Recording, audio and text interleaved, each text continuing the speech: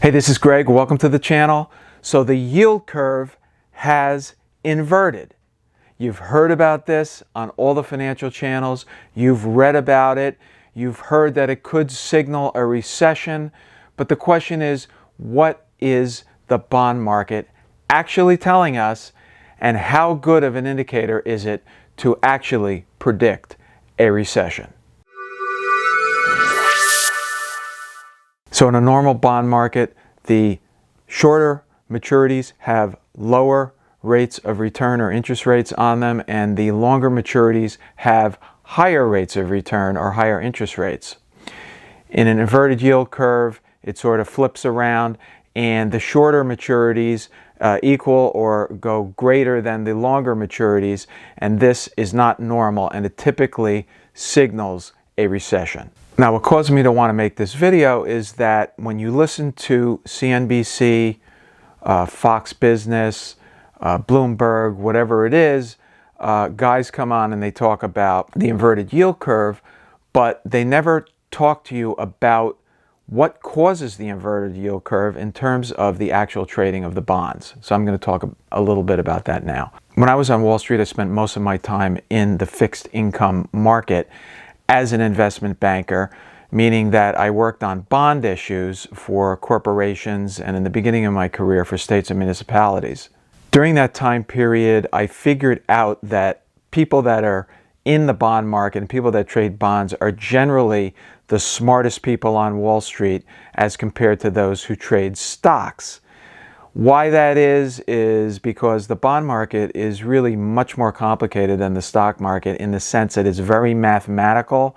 It relies on a lot of mathematical models, and there's a lot of quant trading going on, and people are just more sophisticated. And what you learn when you work on Wall Street is not to follow the stock market so much, but to follow basically what the bond market is telling you, because that frequently influences the stock market. Now, what's actually happening on a granular basis is that when you see yields on shorter term maturities yielding higher than the longer dated maturities, it basically means that people are selling the shorter end of the curve and they are reinvesting in the longer end of the curve. And when they buy the bonds, when there's more buying pressure on the longer end of the curve, say the 10-year, that means that people are betting that that longer end of the curve will increase in price and therefore go down in yield. In an interest rate environment where people expect rates to be higher in the future,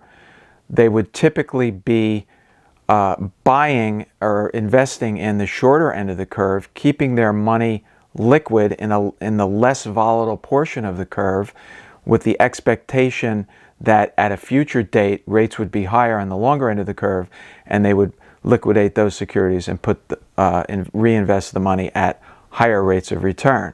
When you have an expectation of a recession, people generally think that rates are going to go down in the future, so therefore they would sell the short end of the curve and purchase securities farther out on the curve, expecting that interest rates are going to go down and therefore prices will go up.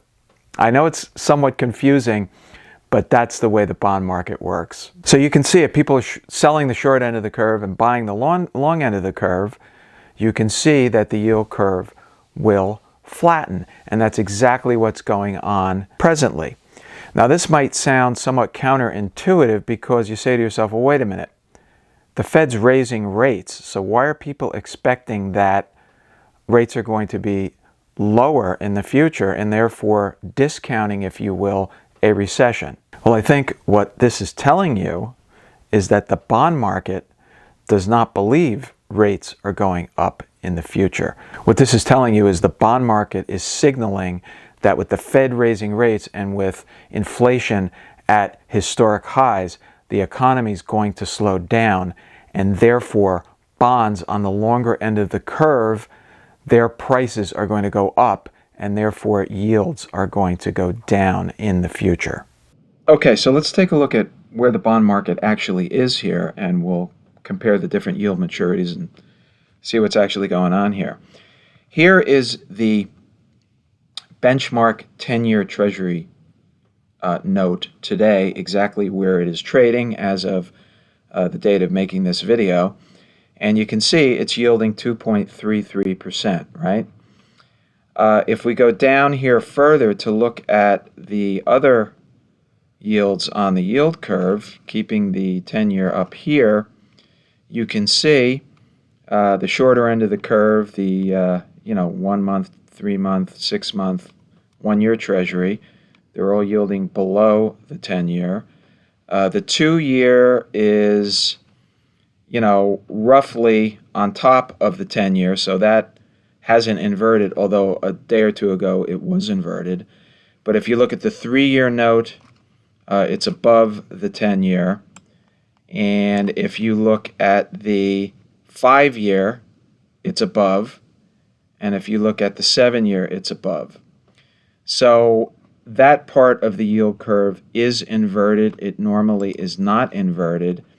So this is what we're talking about. Now, generally when we talk about the indicator for a recession, we talk about the 2-year inverting beyond the 10-year. So technically, at this point in time, that indicator is not flashing a recession signal, although it was a day or two ago. Now, what would really have to happen in my mind for this to really be flashing the signal is for this 2-year yield to be above the 10-year for a prolonged period of time. Now, what is a prolonged period of time?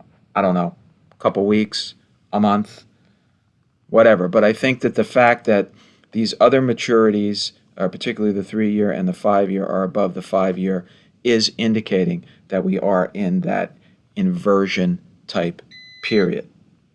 Now, how good of an indicator is this yield inversion to predict a recession? Okay, I went back and looked back to 1970, and I saw that this yield curve inversion happened, by my count, approximately 11 times. However, a recession only happened after that yield curve inversion 7 times. So it's not an infallible indicator. You can say that every recession since 1970 was preceded by a yield curve inversion, but not every yield curve inversion produced a recession. Okay, does that make sense? All right, so now what we're experiencing now could be an indicator of recession, but it's not infallible. And so there is some uncertainty there. Now, in terms of what I think about this, I've said on previous videos that, number one, I think we're in a bear market in stocks right now. And what we just saw was really a dead cat bounce, as I called it on one of the shorts I did. But there are a number of factors, I think, that you can make a pretty strong case that we could potentially go into a recession in the next year. And I thought I would talk about that briefly right now. Right now, the inflation situation is pretty dire. The last print was 7.9% on the CPI. A lot of people you see on TV right now are talking about, inflation is going to moderate and things of this nature. And, once the Fed continues to tighten, inflation is going to dissipate. I can't predict the future. I don't know if this is going to happen or not. But all I know is today inflation and the supply issues are very severe, and this is a headwind to continued economic expansion. The second thing, of course, is what the Fed is doing. They're sounding more hawkish. They realize they're behind the curve. They are committed to raising interest rates, 7 to 10 times, depending on who you listen to.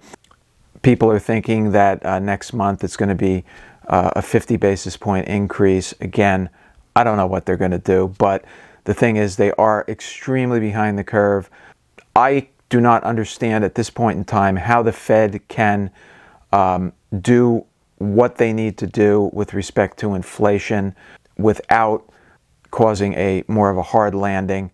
Some people think they can do it, and cause a soft landing. Again, you can't predict these things, but judging by how inept the Fed has been to this point in time, I think anything's possible, and they could overshoot now, panicking, overshoot, and help to cause an economic slowdown and a recession. I think the energy prices and the energy situation certainly is a drag on economic growth, and gas prices, oil and gas prices. I've spoken extensively about this on this channel, so I'm going to refer you to a couple videos like up here and at the end of this video to talk about that further. I won't elaborate on it here, but that's definitely a headwind. And then, of course, the geopolitical pressure. No one knows what's going to happen in Ukraine. It could moderate in the sense that they could come to some kind of a conclusion of the war, some kind of agreement. That would be a relief, and that would help energy prices and a lot of the uncertainty that exists in the market now. But it also could escalate. I think Putin is a wild card right now. Who knows what he's going to do? It's just further uncertainty in the market, and the markets hate uncertainty. As far as what I've been recommending to deal with all this uncertainty, I've got a number of other videos. I'm going to put one up here, and I'm going to put another one up here for you to look at, which go into more detail of my recommendations. But basically what I'm recommending is the mega cap tech stocks, i.e. Apple, is my top pick, of course. And the energy stocks, I've been long energy for a very long time and recommending Exxon and Chevron as a way to play that. I've also been recommending the high-yielding dividend stocks, and I've done a lot of content on this channel on that, which I would refer you to.